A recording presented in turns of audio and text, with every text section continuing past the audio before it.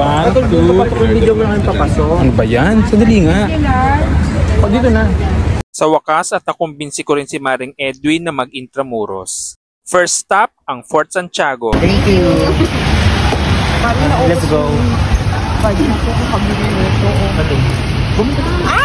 Ang Fort Santiago ay itinatag taong 1571. Isa itong kuta at kastilyo na ipinatayo ng Spanish navigator at governor na si Miguel Lopez de Legazpi para sa bagong tatag na syudad ng Maynila.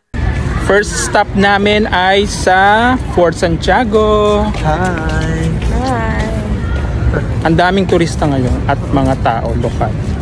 Merong itinayong bronze statue ang ating pambansang bayani na si Dr. Jose Rizal na ikinulong dito bago ang kanyang pagbitay o pagbaril taong 1896.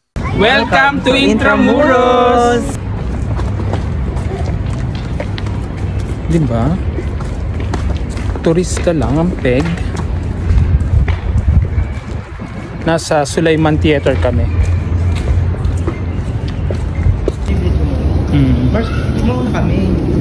Para may video ka. So papasok kami sa Postigo del Nuestra Señora de Soledad. So dito yung Pasig River.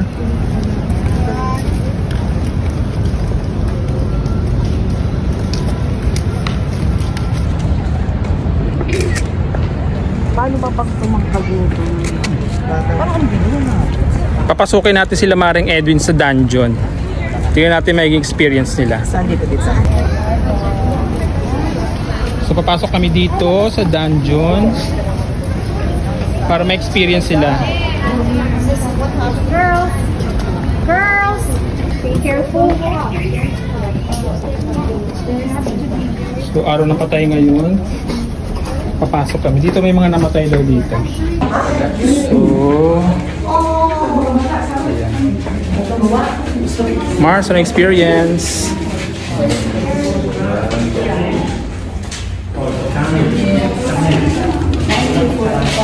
Ang creepy lang dito. So, Dungeons of Fort Santiago, the Manila Massacre. Ito ang nagsilbing kulungan para sa mga gerilya at sibilyan na inaresto noong World War II. Daan-daang mga bilanggo na nakapiit sa loob ay iniwan ng mga sundalong Hapon.